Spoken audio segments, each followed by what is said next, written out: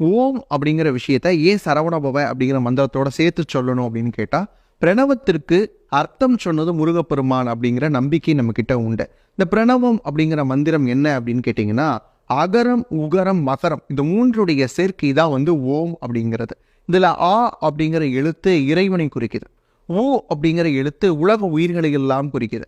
மகரம் அப்படிங்கிற எழுத்து மகர ஒற்று அப்படின்னு சொல்றோம் இல்லையா, அந்த எழுத்து பிரபஞ்சத்தை குறிக்கிறது. இப்போ எல்லா விஷயத்தையும் கனெக்டடாக இருக்கக்கூடிய ஒரே மந்திரம் அப்படின்னு பார்த்தீங்கன்னா ஓம் அப்படிங்கிற மந்திரம். இது கிட்டத்தட்ட மனிதனுடைய முகத்தை கொஞ்சம் டில்டடாக வச்சு ஸ்லைட்டாக விளக்கிட்டு பார்த்தீங்கன்னா, கிட்டத்தட்ட மனிதனுடைய முக அமைப்பும் இந்த ஓம்ங்கிற அமைப்பும் ஒரே மாதிரி இருக்கும், இந்த நாடி வரைக்கும் வர்றது. அப்படி பார்க்குறப்ப மனிதனுடைய செரிபலம் மிடுலா ஆப்ளிகேட்டா இந்த மூன்றையும் அப்படியே கவர் பண்ணக்கூடிய பகுதியாக அந்த ஓம் அப்படிங்கிற எழுத்து அமைஞ்சிருக்கும். ஓம்ங்கிற ஒளி தான் உள்ள இருக்கு அப்படிங்கிற விஷயத்த கண்டுபிடிச்சிருக்கிறாங்க. சவுண்ட் ஆஃப் நீங்கள் யூடியூப்லேயே போயிட்டு சவுண்ட் ஆஃப் தி சன் அப்படின்னு போட்டிங்கன்னா இந்த ஓம்ங்கிற விஷயம் தான் வரும். இதில் நிறைய சமயங்கள் நிறைய மதங்கள் இந்த ஓம் என்ற ஒளியை எடுத்திருக்கிறாங்க. சரவணபவ அப்படிங்கிற ஷடாட்சர மந்திரத்திற்கு முன்னாடி பிரணவ மந்திரத்தோடு சேர்த்து சொல்லும் போது இன்னும் அதிகமான பலன் கிடைக்கும் அப்படிங்கிறது நம்பிக்கையாக இருக்குது. ஓம் அப்படிங்கிற விஷயத்த ஏன் சரவணபவ அப்படிங்கிற மந்திரத்தோட சேர்த்து சொல்லணும் அப்படின்னு கேட்டால், பிரணவத்திற்கு அர்த்தம் சொன்னது முருகப்பெருமான் அப்படிங்கிற நம்பிக்கை நம்ம கிட்ட உண்டு.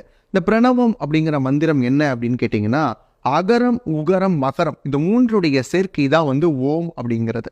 இதில் ஆ அப்படிங்கிற எழுத்து இறைவனை குறிக்குது. ஓ அப்படிங்கிற எழுத்து உலக உயிர்களை எல்லாம் குறிக்குது. மகரம் அப்படிங்கிற எழுத்து மகர ஒற்று அப்படின்னு சொல்கிறோம் இல்லையா, அந்த எழுத்து பிரபஞ்சத்தை குறிக்கிறது. இப்போ எல்லா விஷயத்தையும் கனெக்டடாக இருக்கக்கூடிய ஒரே மந்திரம் அப்படின்னு பார்த்தீங்கன்னா ஓம் அப்படிங்கிற மந்திரம்.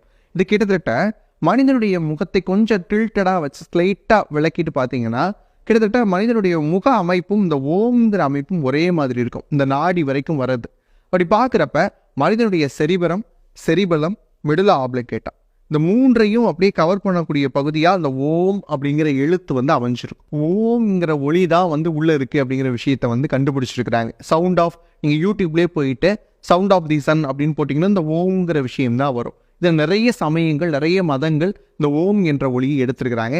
சரவணபவ அப்படிங்கிற ஷடாட்சர மந்திரத்திற்கு முன்னாடி பிரணவ மந்திரத்தோடு சேர்த்து சொல்லும் போது இன்னும் அதிகமான பலன் கிடைக்கும் அப்படிங்கிறது நம்பிக்கையாக இருக்குது.